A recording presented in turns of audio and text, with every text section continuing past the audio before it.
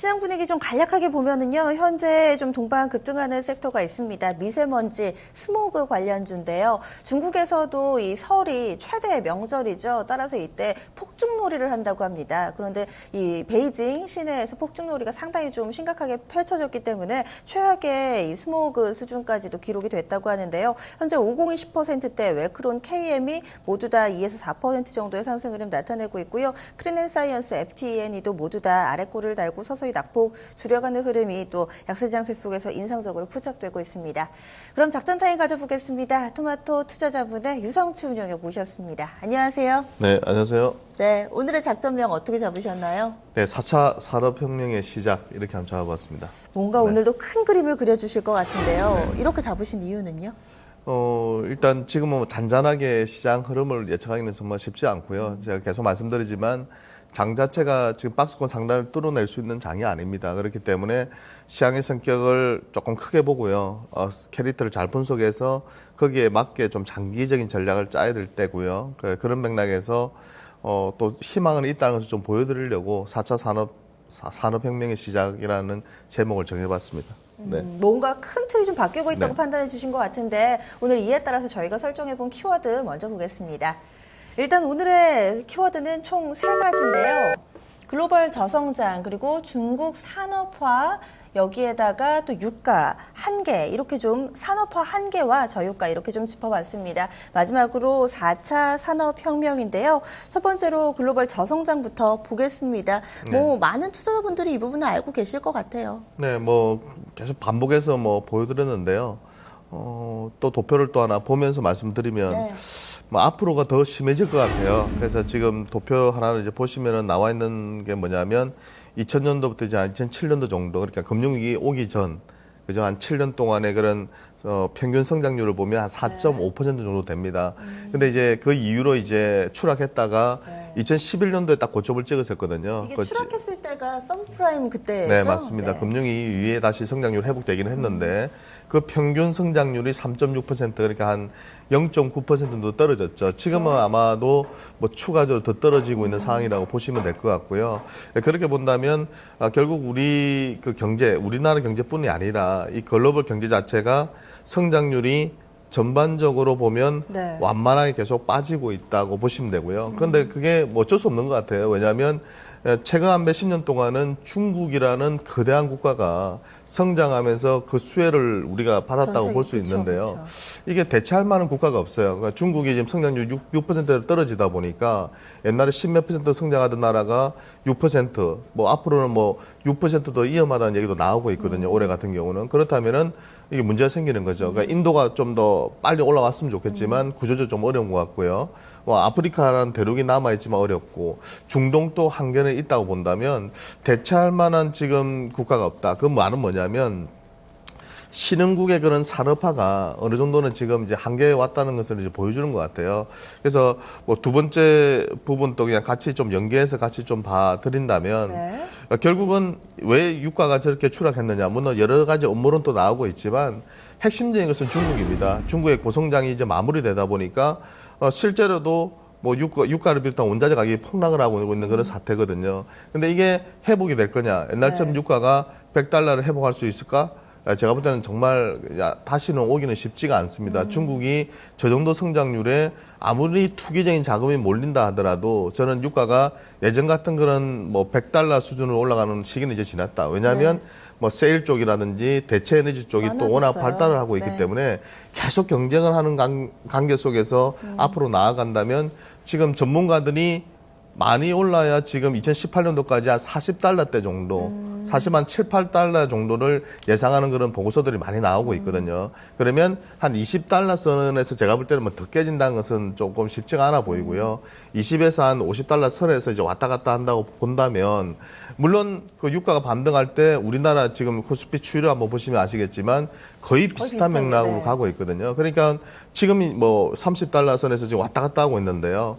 여기서 이제 한 40달러 선 정도 올라가면 우리 시장도 같이 등단해서 반등을 줄 수 있겠지만 예전같이 유가가 100달러 선은 가기 힘들다.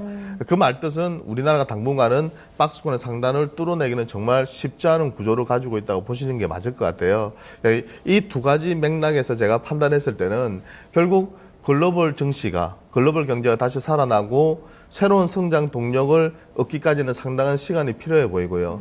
그동안 이제 중국의 고성장의 후유증, 구조조정이 좀 잇따라야 될 것 같고요. 네. 몇 년 정도는 그렇게 고생을 해 나가는 단계에서 새로운 또 기술 혁명을 통해서 산업혁명이 일어나야 되고 그런 과정에서 또 다시 증시를 비롯한 글로벌 증시가 경제의 발달 관계 올라갈 거라 보거든요. 그래서 저는 기본적으로 그동안 이제 네네. 3차 산업혁명의 주가 이제 인터넷 쪽이었잖아요. 컴퓨터나 인터넷 쪽이었고요. 그쵸, 1980년대 때. 정보. 네.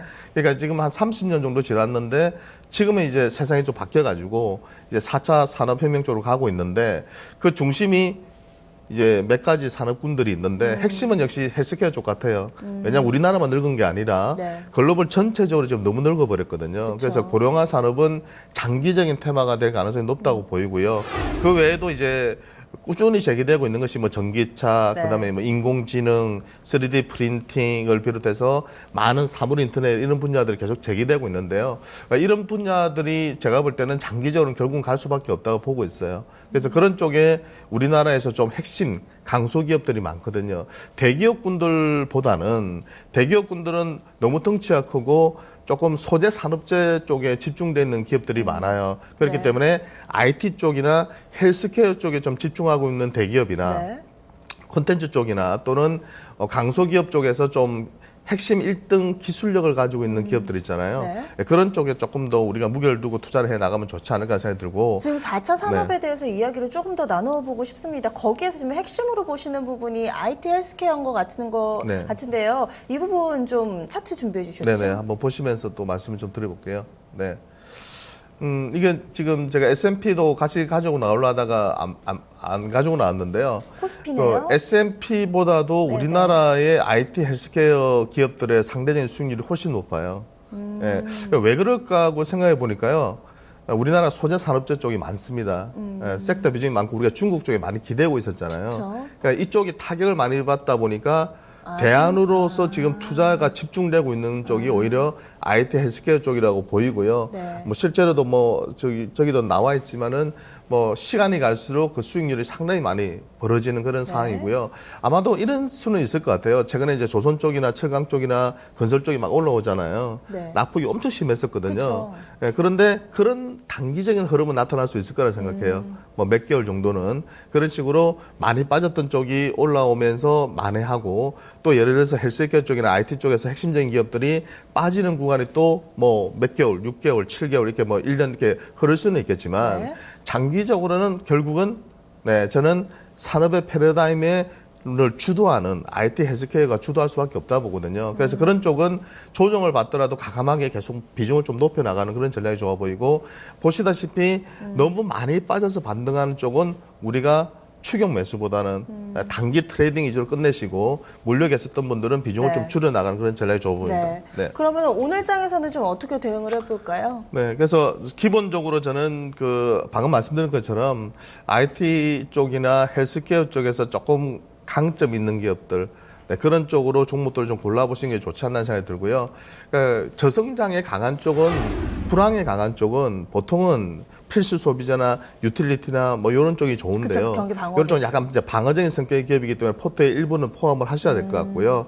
그렇지만 결국은 기술 혁명을 주도하는 기업들이 오르니까 결국 이제 뭐 제약, 바이오, 헬스케어 쪽이라든지 IT 쪽에서 아까 말씀드린 것처럼 사물 인터넷 쪽이라든지 최근에 좀 이슈가 되고 있는 인공지능 쪽, 뭐 3D 프린팅 쪽 이런 쪽도 최근 자료들을 찾아보시면은 네. 좋은 기업들이 많이 나오거든요. 네, 그런 쪽에서 한번 좀 더 골라보실 필요가 있어 보입니다. 그런데 뭐 3D 프린팅이나 사물 인터넷 같은 경우는 한 차례 이미 테마를 좀 탔었는데 부침이 좀 심하더라고요. 확실히 가시적인 성과가 나오지 않기 때문에. 네, 맞습니다. 그게 초기 단계에서는 초기 단계에서 바로 그 성숙 단계로 가려면 그 과정의 진통이 상당히 심한데요. 네. 우리나라 기업들이 실제로 이게 연계를 시켜보면은 수익을 내는 기업들이 일부 기업을 제외하고는 별로 없습니다. 그래서 그 테마에 속했다고 해서 무작정 그 아무 기업이나 사실 게 아니라 네. 그 안에서 핵심적인 기술을 가지고 있고 실제로 그 사업 분야에서 비중 있게 매출과 영업이익이 늘어나고 있는 기업들 위주로 찾아내신다면 좋은 그런 기업을 선택할 수 있을 거라고 생각됩니다. 훌륭한 풀이와 함께 저희에게 숙제를 또 안겨주셨네요. 네네. 네. 말씀 고맙습니다. 네, 감사합니다. 오늘의 작전 타임이었습니다. 그 내용 다시 한번 정리해 보겠습니다. 키워드는요, 조금 더 큰 그림을 그려봤는데요. 4차 산업혁명의 시작이라는 주제로 저희가 이야기를 나눴습니다. 이에 따라서 이 4차 산업혁명이 이미 도래를 했기 때문에 이와 관련된 섹터에 좀 더 주목할 필요가 있다는 건데요. 이 소재 산업재 섹터는 비중을 다소 좀 줄여주시고요. 상대적으로 이 IT, 헬스케어 쪽, 바이오테크 쪽에 집중하기를 권했습니다. 여기에서는 인공지능이나 사물인터넷, 3D 프린팅이나 헬스케어 쪽이 있으니까요. 또 여기에서 실제로 실적을 낼 수 있고 또 실력 있는 기업들 위주로 찾아보시는 부분이 중요할 것 같습니다. 아이고, 다식은 지금 개장한 지 1시간 정도 지나가는데 낙폭이 좀 커집니다. 특히나 코스닥 쪽에서 셀트리온이 서서히 좀 힘이 빠지면서 코스닥 낙폭이 다시 깊어지는데요. 장중 내내 좀 집중하시면서 오늘 보내셔야겠습니다. 몸도 그리고 우리 증시도 마음도 명절 후유증에 시달리는 것 같은데요. 이 시간만 지나면 좀 괜찮아지겠죠. 남은 시간 성공 투자하시고요. 또 저희가 이 시간에 전해드린 내용은 투자 판단에 대한 조언이었습니다. 하지만 종목의 상승과 하락을 보장하지는 않는다는 점 추가적으로 말씀드리면서 여기서 인사드리겠습니다. 고맙습니다.